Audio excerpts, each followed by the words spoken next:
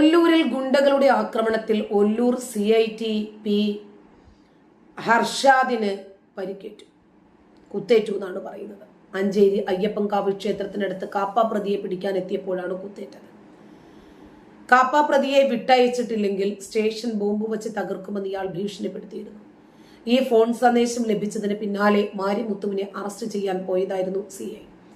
അദ്ദേഹത്തിന്റെ നേതൃത്വത്തിലുള്ള ഒരു സംഘവും ഉണ്ടായിരുന്നു ഒപ്പം. ഈ സമയത്താണ് ആക്രമണം ഉണ്ടായത്. മാരിമുത്തു അടക്കം 3 പേർ കസ്റ്റഡിയിലായി. കൈക്കാണ് CIക്ക് കുത്തേറ്റത്. ആരോഗ്യനില തൃപ്തികരമാണ്.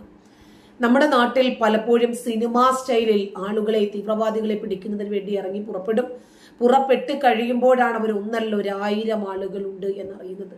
കാരണം അവർക്ക് മേലെയും താഴെയും നോക്കാനില്ല, അവർക്കൊന്നും നഷ്ടപ്പെടാനുമില്ല. അവരെ രക്ഷപ്പെടുത്താൻ വലിയ മന്ത്രിമാരും MLA മാരും MP മാരും അവർക്ക് വേണ്ടി വാദിക്കാൻ വലിയ രൂപത്തിലുള്ള